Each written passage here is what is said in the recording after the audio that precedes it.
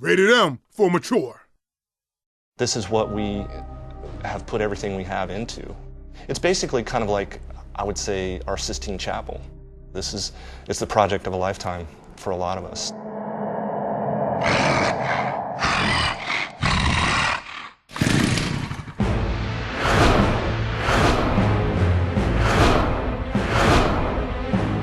Video games are absolutely art. It's the new expression, I think, of our times, where it combines music, cinematography, 3D art, everything together into one piece. I think video games are absolutely art, and I think if a person were to say they're not, it would be an insult to every single hardworking person on this team who's bled their soul into the product.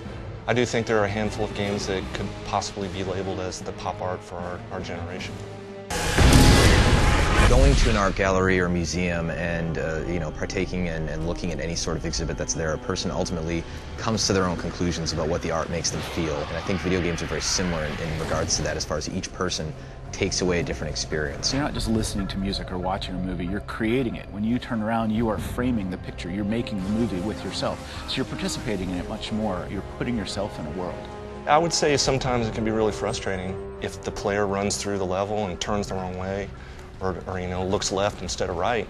He could totally go by this thing that you consider one of the best things you've ever done and totally misses it. But in the end, if the player wants to stare straight at the ground, they can, and that's what makes it art for them, that they get to participate. You know, when people talk about great games, graphics comes up all the time, right? That's the first thing you see. So you look at a world, and it's partially technical. It's partially, how did they do all that? Such a complex world that looks so realistic.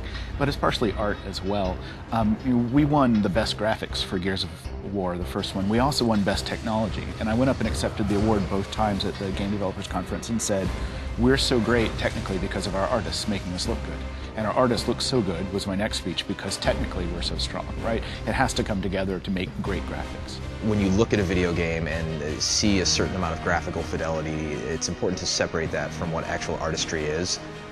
We could render the real world perfectly in certain ways if we chose to, but when we do a game such as Gears, we decide to stylize the universe and we choose to make kind of this pseudo-European environment that's been blown up and a lot of wars have occurred in, with very bulky men and very scary monsters, because that's our artistic design and those are our sensibilities kind of coming through into the game. One of the scenes that personally resonates with me as far as a vista in Gears 2 is the sequence at the beginning of Sinkhole, when Marcus and Dom kind of come out and they see this section of city that's been sunk, and Marcus says to Dom, there it is, the beginning of the end. Early on in Intervention, I think when you step out, there's a kind of a cinematic. You go through Landown, which is kind of a snowy area, and then you get to, you go underground, you hit the grind lift, and you get to go violently through the earth, and your grind lift lands. And I think when they step out of that pod and you get to see for the first time the underground with all the molds and the spores and the lighting and the bats flying through, and there's bugs on the ground and there's all kinds of stuff hanging down and slime and moss, and I think that's a pretty visually impressive scene. There are a number of influences that personally kind of affected my output creatively working on the product of Gears. First and foremost, a trip to London like 5 or 6 years ago that I had, in which just kind of experiencing the mix of the old and the new, the architecture that's been around, the sense of history, the sense of place. It was tremendously influential. As well as musically, was listening to a lot of the Requiem for a Dream soundtrack back in the day when working on the first game. And those kind of sad chords by the Kronos Quartet, and that same hook that's reused in a lot of techno and rap beats is something that resonates all the time when working on a computer. Personally, it's Frank Frazetta, H.R. Giger, stuff like that. Growing up, that these artists have influenced my tastes. I'm particularly like kind of the World War I and World War II German military tech. There's something about the German military stuff. It's purpose-built and it's over-constructed, and when you look at it, you know it's meant to blow stuff up.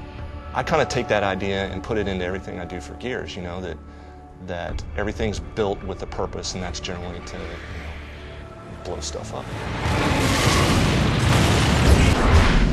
The thing is given, even the smallest detail is given the same amount of love as the giant towers or the huge creatures that you see walking across the screen. Right down to how we design the architecture in the world.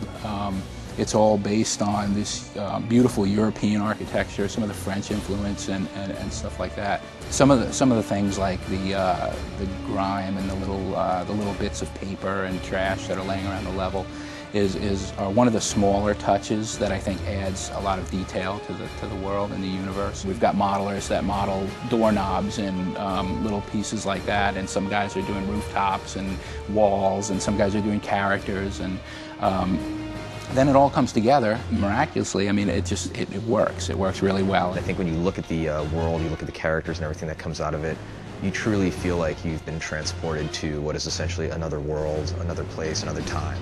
And that, in my opinion, is an art form in itself. Hang in there, Rook. We'll be there soon. Let's go find Carmine.